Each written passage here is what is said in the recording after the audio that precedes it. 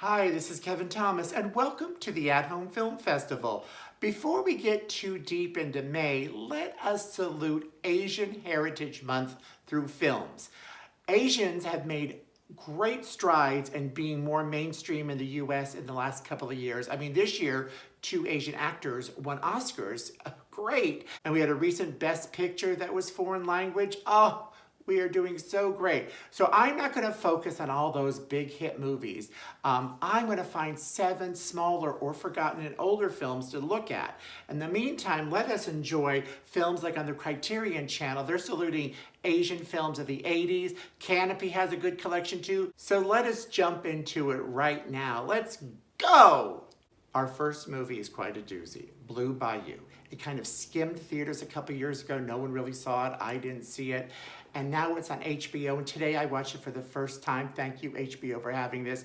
This terrific writer, director, producer, actor, there he is, Justin Chon. He developed this film, which is really based upon a true story and something that could still happen today to people that don't know this loophole. The Child Citizen Act of 2000 does not protect all kids, especially ones who became adults, from being deported. So his character thinks because he was adopted as a baby by American parents, he's safe.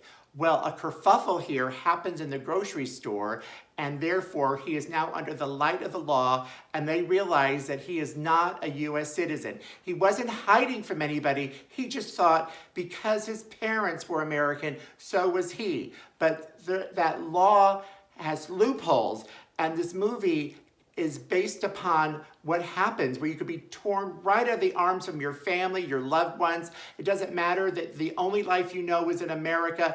They are going to send you to the country you were born in just because of this law's loophole. Oh my God.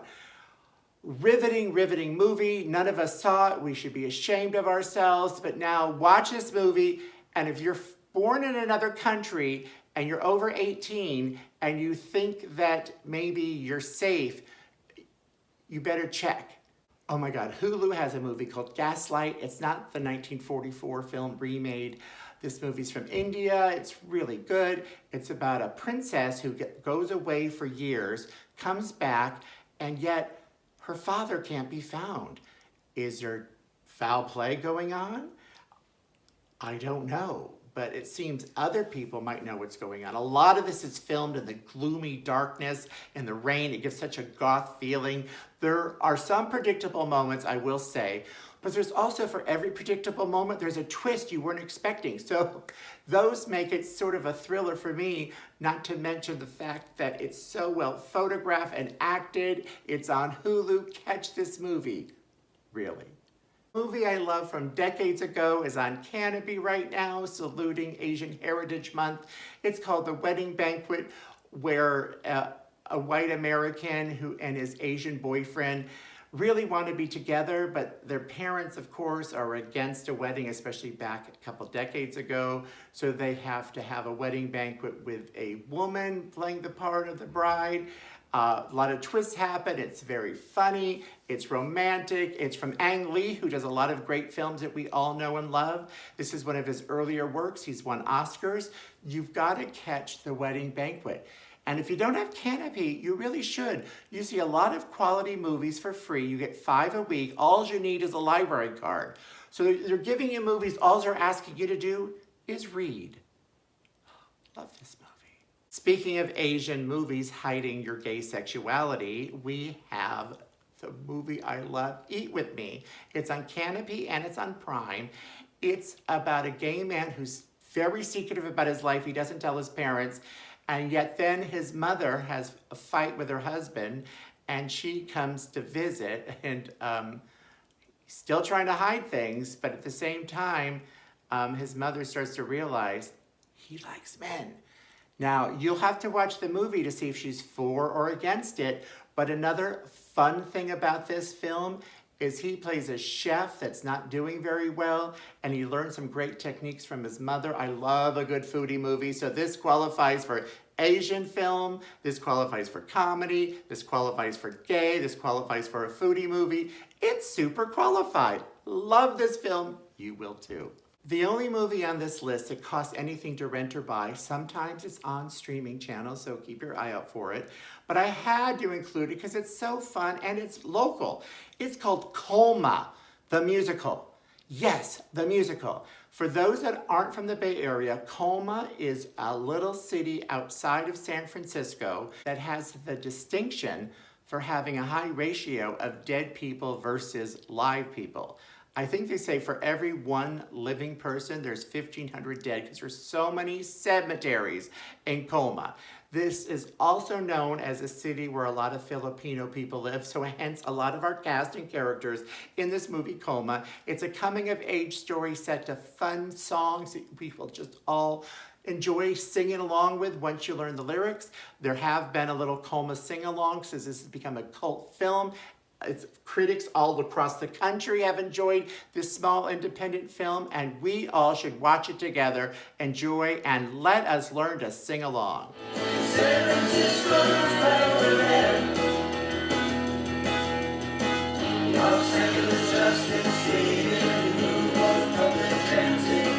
While Coma Station is moving by a new police station. Next to the So that's a bunch of random people, not stars of the show, singing along because they love the movie 10 years later. Yes, that is the infectious nature of Coma the Musical.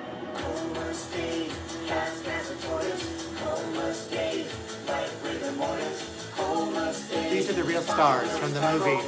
Coma stays, but I have to go. Then on Amazon Prime, we have Saving Face with a young woman, lesbian, having trouble telling her mother that she's a lesbian. And at the same time, we learn her mother has a secret of her own. So to find out if these two tales ever get told to each other, you need to watch Saving Face on Prime for free. Wow, giddy. I'm saving our last one for a real doozy. Thanks to Carol, who watches this show regularly. She's a big fan of John Wick, and she turned me on to the Villainess. Now, this movie on Canopy, Prime, and Peacock is a doozy of an action thriller with an assassination who's female. And I actually counted, before the beginning credits, she either kills or maims forever 62 people. That's before it says the word the Villainess on the screen. Wow, wow, wow, wow, wow. This film also influenced John Wick a lot. As you see from that scene on the motorcycles, if you remember that happened in John Wick, it happened here first. They didn't rip it off, they paid homage, but still, great action. If you love violence and murder, not in real life, only in movies, then you have to watch The Villainess. You will be blown away.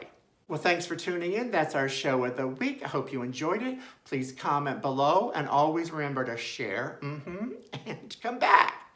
As we leave, I wanted to actually do so many more movies, but I couldn't. There's just not enough time.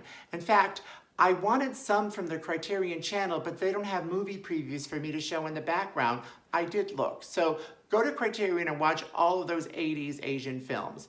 But as we leave, let's go out with one of my favorite movies, Bride and Prejudice, which has a great Bollywood number. So you can't salute Asian Week without a Bollywood number. So let's go.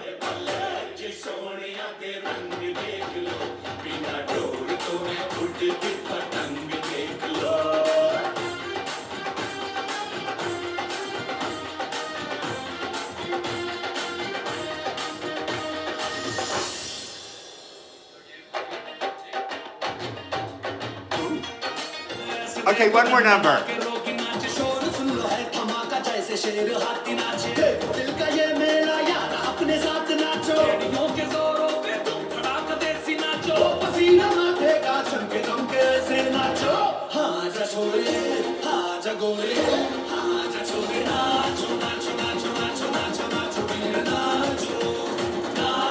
My feet are doing the same thing. You can't see them.